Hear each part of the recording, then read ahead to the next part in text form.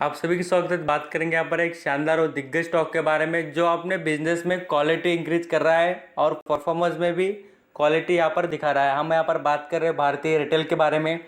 इस कंपनी में और कितनी इंप्रूवमेंट हो सकती है, ये मल्टीबैगर बनेगा क्या, और साथ साथ इसमें वेल्थ क्रिएशन होगा उसके बारे में बात करेंगे। आपको एक एडवांटेज बताना चाहूँगा दोस्तों इस कंपनी का। देखिए, इंडिया में आप देखेंगे तो सबसे अच्छा सिम कार्ड जो यहाँ पर सभी को पता है, सिम से रिलेटेड, जो नेटवर्क से रिलेटेड यहाँ पर आप देखेंगे कॉलिंग का हो, साथ साथ नेट का, इंटरनेट का हो, तो उसमें सबसे बढ़िया वेटेज रखती है जियो और भारतीय एयरटेल। तो यहाँ पर इनमें सबसे बढ़िया तरीके से बिजनेस कौन करेगा और किस में ज़्यादा दम है उसके बारे में बात करेंगे। अब यहाँ पर आपको पता होगा कि क्वालिटी के मामले में देखिए तो आपको कहूँगा एयरटेल की बात सामने आ रही है और उसके बारे में आपको कुछ चीज़ें भी दिखाऊंगा, बाद में से आपको भरोसा आ जाएगा। अब यहाँ पर जियो की बात देखें तो उनके पास क्वांटिटी ज़्यादा है बट क्वालिटी में वो यहाँ पर कम नज़र आ रहे हैं, वो भी आपको यहाँ पर पता चल जाएगा।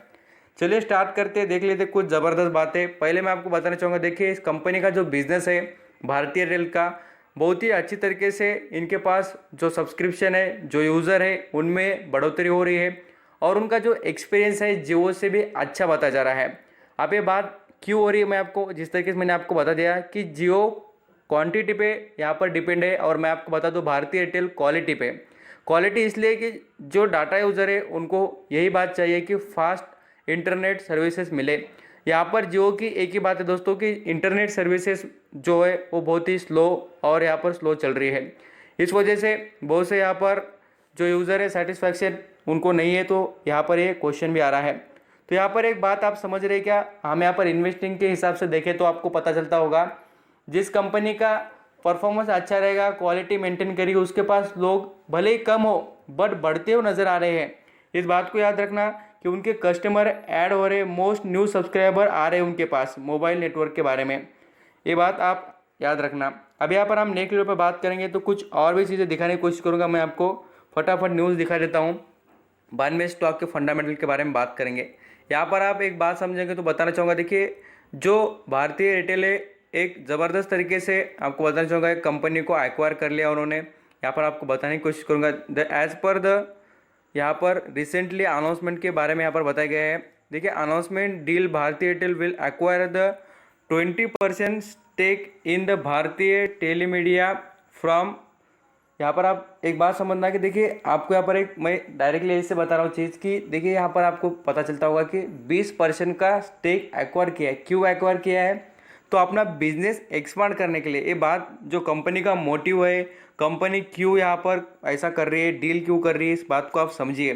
क्योंकि कंपनी चाहती है कि अपना बिजनेस एक्सपांड करे बोलकर और टेलीमीडिया के बारे में, तो कंपनी फटाफट डिसीजन लेकर ऐसे डिसीजन ये बताते हैं दोस्तों कि भारतीय एयरटेल स्टॉक में इम्प्रूवमेंट के चांसेस बहुत अच्छे नज़र आते हैं। इस बात को तो आप समझते होंगे और मैं आपको इसके बारे में कुछ और भी चीज़ें दिखाना चाहूँगा। जैसे कि आप इसके रिजल्ट देखिए, रिजल्ट के बारे में आपको पता चलेगा कि कंपनी किधर से किधर जा रही है और साथ साथ कंपनी के जो डिविडेंड हिस्ट्री या कंपनी कैसे परफॉर्म कर रही है, सभी चीज़ें देखना पड़ेगी। अब यहाँ पर आपको बताना चाहूँगा भारतीय एयरटेल का परफॉर्मेंस देखेंगे तो यहाँ पर आपको कुछ चीज़ें नजर आएगी। डिविडेंड के मामले में कंपनी पर ईयर में कुछ ना कुछ डिविडेंड जरूर देती है।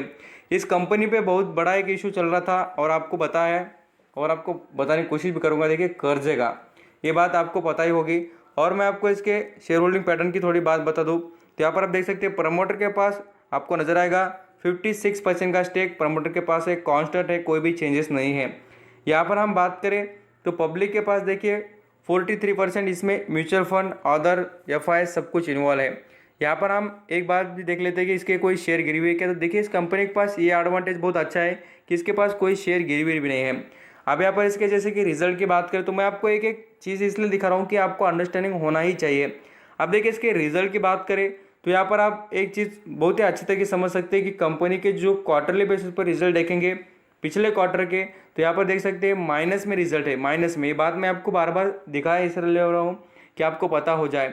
84,600 लाख की जो कमाई थी वो कंपनी देखिए निगेटिव में बढ़कर यहाँ पर 8,34,610 हो चुकी है लैक्स में। तो यहाँ पर क्या हुआ है, कंपनी की जो कमाई है उसमें बढ़ोतरी हो रही दोस्तों, वो भी निगेटिव। तो यहाँ पर देखिए कमाई कंपनी कर नहीं पा रही, इस बात को आपको समझना पड़ेगा। ये बात क्या होता है, खाली हम प्राइस में मोमेंटम, कुछ न्यूज़ देखकर, ये सभी देखकर ऐसा डिसीजन नहीं ले सकते हैं। अब यहाँ पर हम इसके वॉल्यूम की बात करें तो वॉल्यूम पर भी आपको यहाँ पर एक नज़र रखना पड़ेगी। देख लेना, इसमें खरीदारी करने वाले ज़बरदस्त इंटरेस्ट दिखा रहे लोग, देख लेना यहाँ पर आपको नजर आएगा 61% का। अब यहाँ पर बहुत ही बढ़िया बात है कि इसमें वॉल्यूम बहुत अच्छा है, मैं बोलता हूँ 50% से ज़्यादा हो तो कंपनी के लिए क्वालिटी और अच्छी बात क्रिएट होती है। अब यहाँ पर ये तो चीज़ें देख लिया हमने। अब यहाँ पर हम बात करेंगे रिटर्न के हिसाब से कैसा स्टॉक ट्रेड कर रहा है। मैं आपको इसके बारे में यही चीज़ें इसलिए बता रहा हूँ कि आपको यहाँ पर अंदाज़ा आ जाए कि स्टॉक में आपको कैसे पैसे कमाने और किस तरीके से यहाँ पर इंप्रूवमेंट होगी, मैं वो आपको बताने की कोशिश करूँगा। आप यहाँ पर पिछले 6 महीने की बात करें तो आपको बताना चाहूँगा 6 महीने में स्टॉक ने परफॉर्मेंस में बहुत बढ़िया और शानदार रिकवरी दिखाई है। और अभी देखिए इसमें गिरावट भी उतनी ही तेज़ी से हो रही है, क्योंकि देखिए जो फंडामेंटल जितने स्ट्रांग होने चाहिए स्टॉक के उतने स्ट्रांग ना हो तो उसमें गिरावट भी हो जाती है। आप देखिए इसमें एक ही प्रॉब्लम है, जो कर्जे का बर्डन इस कंपनी पर। और आपको बताना भी चाहूँगा कि कंपनी कर्जा कम करने में भी लगी है। तो यहाँ पर जो पोजिशनल बेसिस आपको यहाँ पर इसमें गिरावट दिखे तो आप बिल्कुल फ़ायदा उठा सकते हैं। अब देखिए ऐसा नहीं कि अभी इसको अभी खरीदना है, इसको गिरावट के वक्त खरीदना है। और उसका 50 का हाई देख सकते हैं कितना, 623 रुपये का। अभी फिलहाल देखिए अच्छे खासे हाई के करीब ही है 50 हाई के। तो इसलिए मुझे लगता है कि जो भी इंटरेस्ट दिखाना चाहेंगे वो थोड़ा रुक सकते हैं बाद में खरीदारी करने के लिए। फिलहाल तो आप बिल्कुल इसके अंदर खरीदारी करना नहीं है, आप यहाँ पर बाय एंड डिप्स कर सकते हैं अलग अलग लेवल पर। मैं आपको पोजिशनल की बात कर रहा हूँ, लॉन्ग टर्म के जरिए से आप जियो के साथ जा सकते हैं। मैं इसलिए बता रहा हूँ क्योंकि देखिए उस कंपनी के साथ आपको एडिशनल सभी बिजनेस मिलेंगे और इस कंपनी के पास आपको खाली कम्युनिकेशन का, सिम का यही बिजनेस मिलेगा। बहुत ही क्लियर और साफ तरीके से बता दे रहा हूँ। देखिए ये बात आपको पता होनी ही चाहिए। तो आई होप आप यहाँ पर अंडरस्टैंडिंग होते होंगे कि भारतीय एयरटेल में क्या कमी है और इस कंपनी में लॉन्ग टर्म की इन्वेस्टमेंट के लिए कोई उतना ज़्यादा स्कोप और डेवलपमेंट नज़र नहीं आते हैं। खाली एक बिजनेस अच्छा चल रहा है बोलकर हम डिसीजन ले, ऐसा कोई सही नहीं है। आपको बता दो रिलायंस के पास बहुत ज़्यादा बिजनेस है, chemical, petrochemical, textile.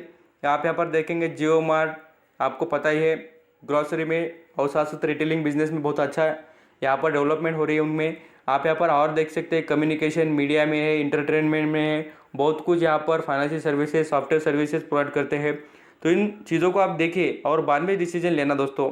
I hope आप बड़े तरीके से अंडरस्टैंडिंग हो गए होगी भारतीय एयरटेल में क्या करना है और किस तरीके से इन्वेस्टमेंट करनी है। थैंक यू सो मच आपका कीमती देकर सभी इन्फॉर्मेशन सुनने के लिए। Thank you.